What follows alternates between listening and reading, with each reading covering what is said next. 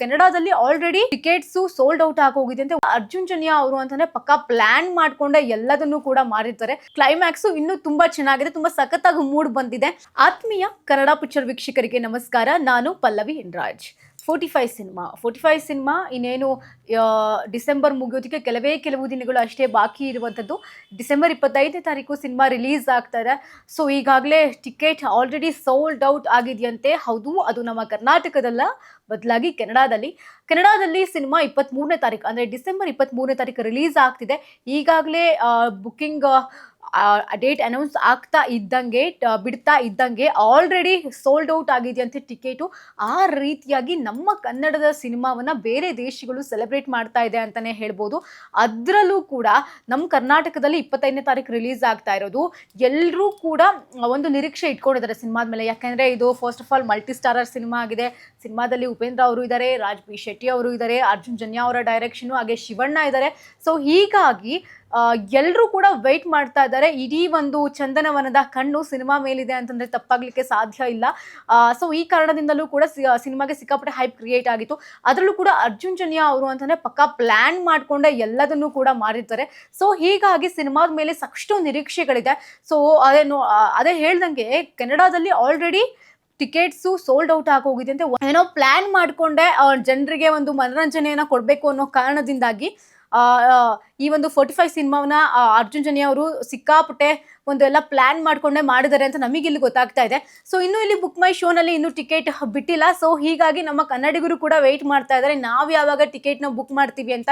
ಇನ್ನು next ವೀಕೆ releasing ಇರೋದ್ರಿಂದ ಹೆಚ್ಚು ಕಮ್ಮಿ ಒಂದು 3-4 ದಿನದ ಹಿಂದೆ ಬಿಡ್ಬೋದು. ಸೊ ಹೀಗಾಗಿ ಬಿಟ್ಟಿರುವಂತಹ ಒಂದು ದೇಶದಲ್ಲಿ ಸಾಕಷ್ಟು ಈಗ ಆಲ್ರೆಡಿ ಸೋಲ್ಡ್ ಔಟ್ ಆಗಿದೆ ಟಿಕೆಟ್ ಅಂತಂದ್ರೆ ನಮಗೆ ಗೊತ್ತಾಗಬೇಕು ಸಿನಿಮಾದ ಮೇಲೆ ಹೈಪ್ ಹೇಗಿದೆ ಅಂತ. ಸೊ ಹೀಗಾಗಿ ಸಿನಿಮಾದ ಮೇಲೆ ಒಂದು ನಿರೀಕ್ಷೆ ದುಪ್ಪಟ್ಟಿದೆ. ಡಿಸೆಂಬರ್ 25ನೇ ತಾರೀಕು ಅಂತಂದ್ರೆ ಒಂದು ಮಾರ್ಕ್ ಬರ್ತಾ ಇದೆ, ಇನ್ನೊಂದು ಕಡೆ 45 ಬರ್ತಾ ಇದೆ. ಸೊ ಜನ ಹೇಗೆ ತಗೊಳ್ತಾರೆ ಅನ್ನೋದು ಕೂಡ ನಾವು ಕಾದ್ ನೋಡ್ಬೇಕಾಗಿದೆ. ಇನ್ನಷ್ಟು ಹೆಚ್ಚಿನ ಅಪ್ಡೇಟ್ಗಳಿಗಾಗಿ ನೋಡ್ತಾ ಇರಿ ಕನ್ನಡ ಪಿಕ್ಚರ್. ಆ ಹಾಡು ಯಾವ ರೀತಿಯಲ್ಲಿ ಅಂದರೆ ಜನರಿಗೆ ಕನೆಕ್ಟ್ ಆಗಿದೆ, ರೀಲ್ಸ್ ಆಗಿರಬಹುದು, ವಿಡಿಯೋಸ್ ಆಗಿರಬಹುದು, ಸಾಂಗ್ನ ಕೇಳೋರಾಗಿರಬಹುದು. ಸೊ ಆ ಸಾಂಗ್ನ ನೋಡಿಕೊಂಡು ಟ್ರೈಲರ್ ನೋಡಿಕೊಂಡು ಸಿನಿಮಾವನ್ನು ನೋಡಬೇಕು ಅಂತ ಅಂದ್ಕೊಳ್ತಿರುವಂತಹ ಅಷ್ಟು ಜನರು ಕೂಡ ಇದ್ದಾರೆ. ಸೊ ಹೀಗಾಗಿ ಸಿನಿಮಾ ಸಿಕ್ಕಾಪಟ್ಟೆ ಹೈಪ್ ಕ್ರಿಯೇಟ್ ಆಗಿದೆ. ಬಹು ನಿರೀಕ್ಷಿತ ಸಿನಿಮಾ ಅಂತಾನೆ ಹೇಳ್ಬೋದು.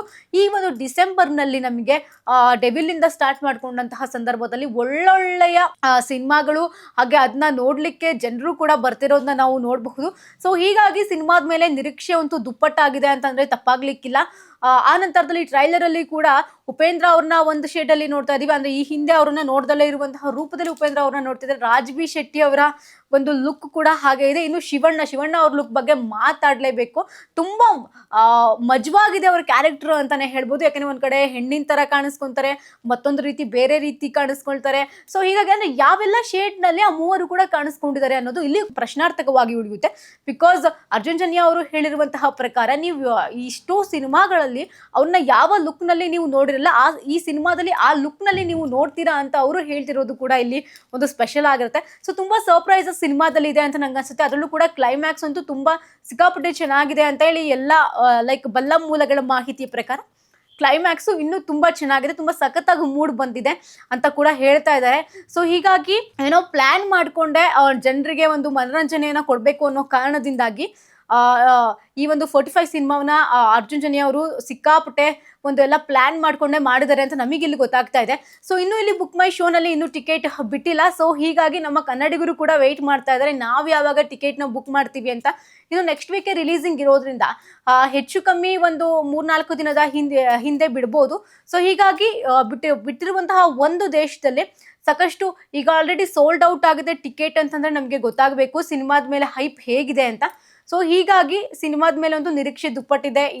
ಡಿಸೆಂಬರ್ 25ನೇ ತಾರೀಕು ಅಂತಂದ್ರೆ ಒಂದು ಮಾರ್ಕ್ ಬರ್ತಾ ಇದೆ, ಇನ್ನೊಂದು ಕಡೆ 45 ಬರ್ತಾ ಇದೆ. ಸೊ ಜನ ಹೇಗೆ ತಗೊಳ್ತಾರೆ ಅನ್ನೋದು ಕೂಡ ನಾವು ಕಾದ್ ನೋಡ್ಬೇಕಾಗಿದೆ. ಇನ್ನಷ್ಟು ಹೆಚ್ಚಿನ ಅಪ್ಡೇಟ್ಗಳಿಗಾಗಿ ನೋಡ್ತಾ ಇರಿ ಕನ್ನಡ ಪಿಕ್ಚರ್.